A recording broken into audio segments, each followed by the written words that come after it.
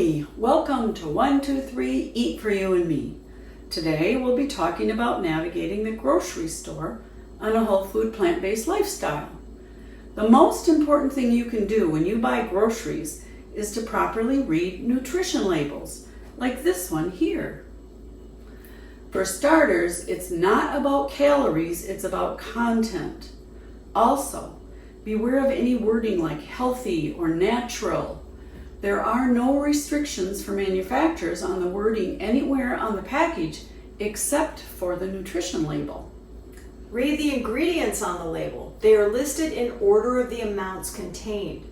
The most is of the first ingredient listed. The second highest is second, and so on. If there are any animal products, including casein, caseinate, lactalbumin, whey, or whey solids, don't buy it. If there are lots of chemical names you don't understand, don't buy it.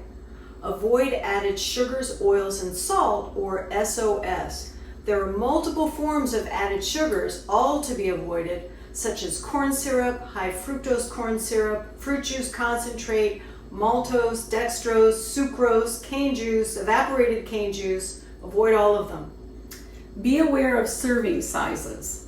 These are the recommended amounts for an average sized person. There will also be a notation of how many servings are in the package. Pay attention to the number of servings and their sizes. For example, a serving size of peanut butter is 2 tablespoons, not the whole jar. Total fat. Aim for 2 to 3 grams per serving, or a total of 20 to 30 grams of fat per day. Cholesterol. Only animal products contain cholesterol, so make sure there are 0 grams of cholesterol on the label.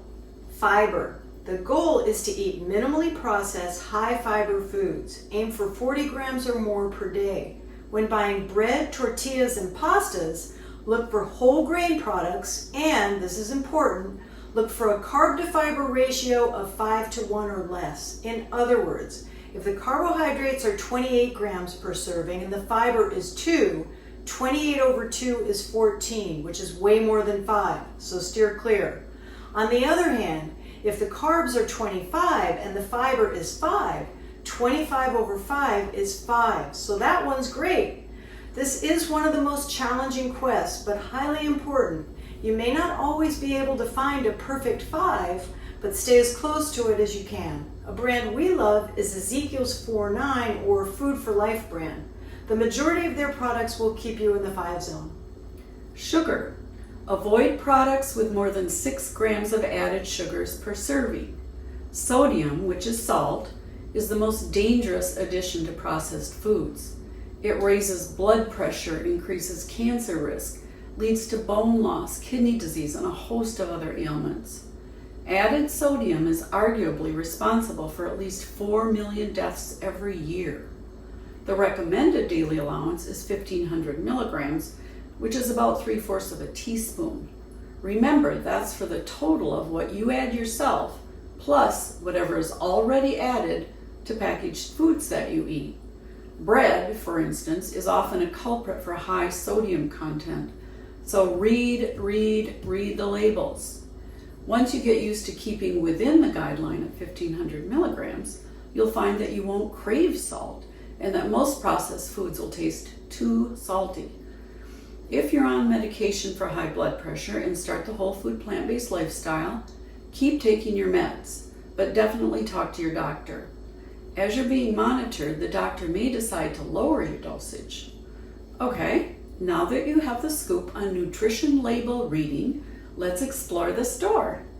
Most of your food will come from one of 4 places: the produce section, the dried and canned food section, the baking section, and the condiments aisle. In the produce section, in addition to fresh fruits and vegetables, you may find nuts and dried fruit. Be sure to read the labels and choose options with low or no salt and sugar additions. There is a huge range from 0 to way too much of what is added to dried fruit and nuts. A safe bet is to avoid trail mix altogether. Knock yourself out on all the beautiful fresh fruits and vegetables you can. Notice how there are no labels on those to read. Buy a variety of colors and be sure to always have lots of green. like broccoli, asparagus, kale, spinach, arugula, and fresh herbs. Now let's talk about the canned foods. Be sure to check for sodium content on anything canned. Choose no salt added on canned beans and vegetables, and if that's not an option, go for the lowest sodium choice available. Canned beans need to be rinsed and drained. This washes some of the salt off, but not all. Canned soups are typically very high in added sodium. Making your own is the healthiest, most economical way to eat soup, and the most delicious. In the baking aisle, as well as in the refrigerated section, you should be able to find a variety of plant-based milks. Be sure they say unsweetened or have no added sugars. We have another episode dedicated to plant-based milks alone because there are so many options and different benefits from each one. Unsweetened almond and soy milks are really easy to find. They're creamy and delicious, and they're good ones to start with. Also in the baking aisle, you'll find many different flours. Stick to whole grains. Bob's Red Mill is a brand with a huge variety. Some flours have specific uses, so try to stick to the type that your recipe calls for. Don't even bother with the sugar or the oil here. This is also where you may find packaged cereals. The labels on dried cereals definitely require a hard look in general, and use great caution if you're buying granola. Many people think of it as healthy, but most brands have a lot of added fats and sugars. That goes for muesli too. Spices and dried herbs in this aisle are wonderful for adding flavor. When you buy any spice blends, such as chili powder, steer clear if there's salt in the ingredient list. Condiments are also a great way to add flavor to your food. There are a lot of different vinegars and mustards, and they're lots of fun to experiment with. Still, read the labels. Traditional mayonnaise is animal-based, so find vegan options, but still read the labels. Store-bought vegan mayos may have lots of added oils, which means fat. There are wonderful, simple recipes for healthy versions you can make at home. Although you may think olive oil, walnut oil, or any other type of oil, gourmet or not, is good for you, it's not. It forms plaque in your arteries just as well as any animal fat. Don't buy it. There are endless ways to make salad dressing without oil, and most of them are incredibly easy. You don't need oil to saute vegetables either. We have an episode specifically about oil. Look for it. Now you have the knowledge to successfully shop in the grocery store. So it's time for our food hint of the day. Nice cream! This 1, 2, 3 food idea is Nice Cream. Nice Cream is a delicious, healthy alternative to ice cream. The main ingredient is frozen sliced bananas. Anytime you have ripe bananas, slice them and freeze them in a Ziploc bag like this for at least 6 hours, and you'll always have them ready to go. This is 2 large bananas, which alone are very sweet. You can add frozen berries, mango, or pineapple as well. When using berries or pineapple, which aren't as sweet as bananas, add up to 1.5 tablespoons of maple or agave syrup. 1/2 teaspoon of vanilla or almond extract can be added as well for flavor. Today, I'm going to make mango nice cream. I'm going to start with about 1 cup of frozen mangoes. Make sure that your chunks are small enough that they can blend in pretty easily. And the slices of bananas, I'm going to open up. Because they're sliced like this, they fall really easily right into the food processor. I'm using a large food processor. You can also do this in a mini prep. I don't have one. I wouldn't try it in a blender. The shape is not going to work as well. I'm going to put about 1/2 cup of plant-based milk in here. And I am going to put on the top.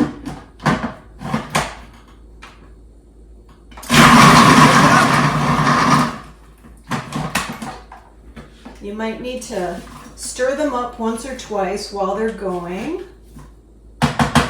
One more time here.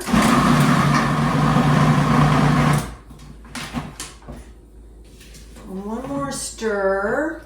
And if you need, you can add a little bit more plant-based milk. Don't too much though. You don't want it to get runny.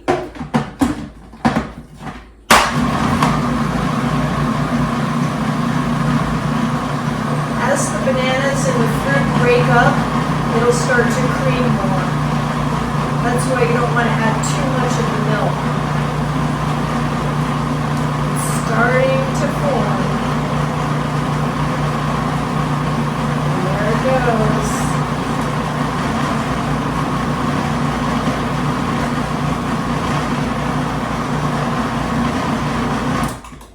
And that's it. Now we have ice cream. Check it out. So creamy and smooth.